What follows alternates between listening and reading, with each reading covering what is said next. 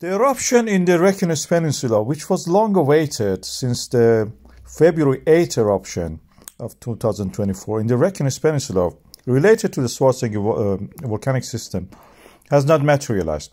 We are seeing diminishing activity in this volcanic system, which has affected the surrounding areas. The earthquakes of it actually has caused some damage to the town.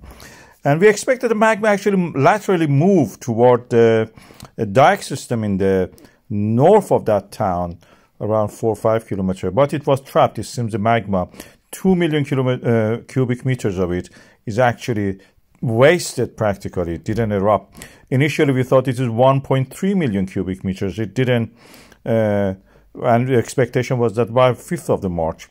Now we are seeing that the deep of this waste of the magma, which didn't surface as a eruption, was more than this.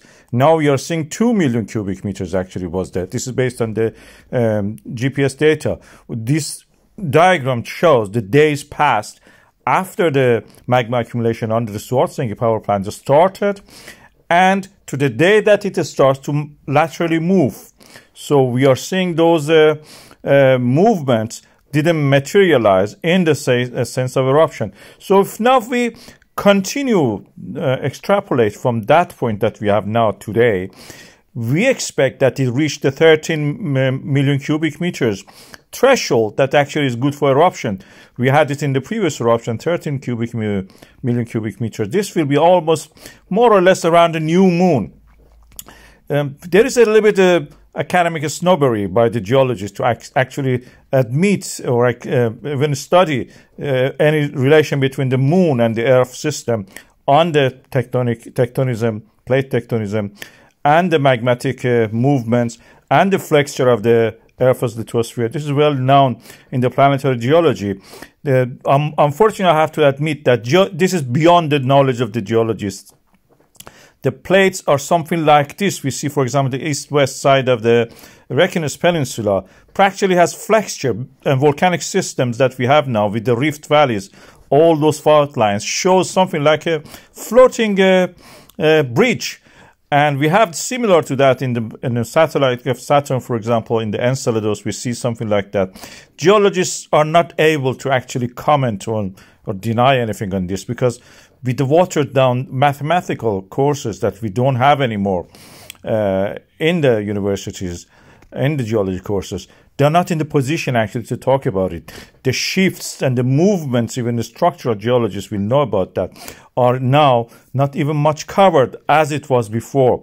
We need somebody out of the field of the geology, somebody familiar with the celestial mechanics, who can also understand planetary geology, to study this. PhD students who are in this field are able to do this for us. Unfortunately, a field geologist or somebody who studies, geology at this current level that we are teaching in our universities, they're not able to comment on this. This is beyond them. Mathematical ability doesn't exist, unfortunately. Our courses are watered down, and we are waiting for somebody to actually venture into this and actually studies from a mathematical point of view. Celestial mechanics plays a role in this. The knowledge exists in these fields. And practically we are saying that geology is basically a forensic science in that sense. We do forensics. We don't use much mathematical tools, unfortunately, these days. We don't teach them to our students. So the skills are not there. And the people who can do this must know mathematics, must know physical, celestial mechanics of these interactions. The barycenter, we know that the barycenter of the Earth-Moon system is inside the Earth mantle.